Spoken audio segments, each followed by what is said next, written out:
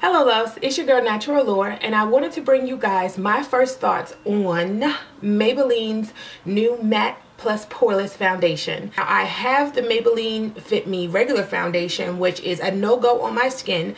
I am oily and it does not work. I wish I would have did my research before I wasted my money, and I'm not going to say that I completely hate it. It's not a complete loss for me because I do like to wear it, but on the other hand, it's not something that I could wear for a long period of time. So when they came out with this matte plus poreless, I'm like, I gotta try it because I do like the Maybelline. I do like the Maybelline brand in and of itself. I use a lot of their products on my face. Let me make some mention to my hair. I have been rocking my hair natural for, not natural.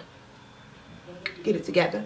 I have been rocking my hair straight for the past week, and this is the first time that I have straightened my hair since becoming natural, and it was, trust me, it was a very big decision. I didn't want to take it lightly because I know a lot of naturals who have straightened their hair and their hair did not go back to its natural curl form, and that's something that I am kind of definitely afraid of. With me, I got mine done by a professional. I would not recommend you doing this at home yourself, especially if you are afraid of heat damage. All right, so if heat damage is something that does not bother you, then you know, maybe this is something, an endeavor that you want to take on, but it was just not, I wanted to straighten my hair myself, but it was just not something that I can do. All right, so throughout this video, if you see this little broken hair right here, you know, my nail broke, so I don't want y'all to think that I'm ratchet, and I just, you know, but it broke so far down that I can't get it fixed, so I have to wait just a little bit for it to grow out. So if you see this little band-aid making a slow appearance, that's what's going on. All right, so without further ado, this is going to be a talk through video. I'm just going to show you guys what I use to apply this. I'm going to let you guys know what I used on my face prior to applying it, and it was Rimmel London's Stay Matte Primer, and I am loving this primer. Now, before you guys say what you're going to say, why is she using a matte primer with a matte foundation? Well, unlike MAC's Match Master, this is not like a crazy mattifying foundation, but I feel like this is good if you're going to be using drugstore foundation and something that's not like a higher end matte foundation, because these two together, they actually work very well. So let me move my hair out the way. So basically what I'm going to do is I'm going to apply this with the Sonia Kashuk foundation brush. I found that this works best for me, and then after I'm done, I'll go ahead and go in with a beauty blender to kind of blend it all into my skin. So it doesn't come with a pump or anything like the first one did, so I'm just going to pour a little bit in my hand, or on my hand, and then I'm going to get to applying.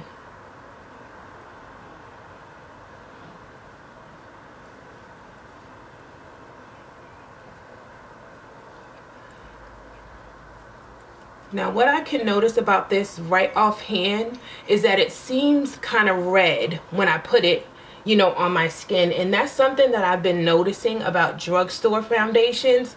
For some reason, the darker the foundation, they feel like the more red undertone they need to include in there. And that, for my skin tone, couldn't be further from the truth, because I have a yellow undertone. So, I don't know who they're consulting sometimes when they come up with these shades for us darker ladies, but for the most part, it's not bad at all, because when I apply it with the foundation brush, even though this is the way that I prefer it, it still looks a little like smudgy almost. So what I like to do is just go in with a wet or damp beauty blender and just go right on in and just blend that on out. Okay, now this is a light to a medium coverage, I would call it. It's not, I wouldn't call this a full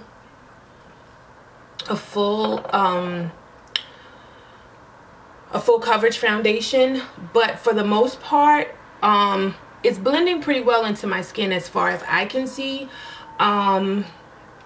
Outside of the fact that it has the red undertones, I'm really not disappointed. All right, so next what I'm going to do is go ahead and apply everything I normally would apply to my face, and then come back and let you guys know what it looks like with a full face. Okay, love, so this is how it looks with a full face on.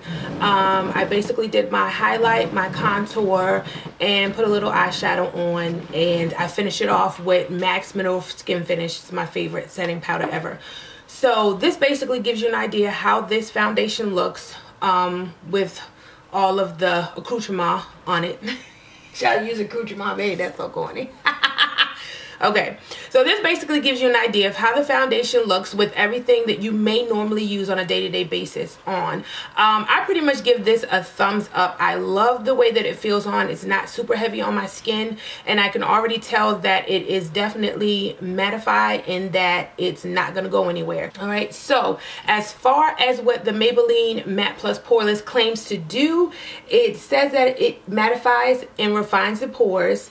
It matches your natural skin tone, and it has a natural and seamless finish. So far, so good. Now, I have to let you guys in on a little secret. I have worn this foundation previous to this video, and I just wanted to see how it would wear all day, so that if I did give you guys my honest opinion on it, that is something that I actually did wear, and I would be able to give you guys my true opinion. And I can tell you that this foundation, for the most part, as far as I'm concerned, does what it's supposed to do. My face did not get oily throughout the day. I didn't even have to blot it throughout the day, so I absolutely appreciate that.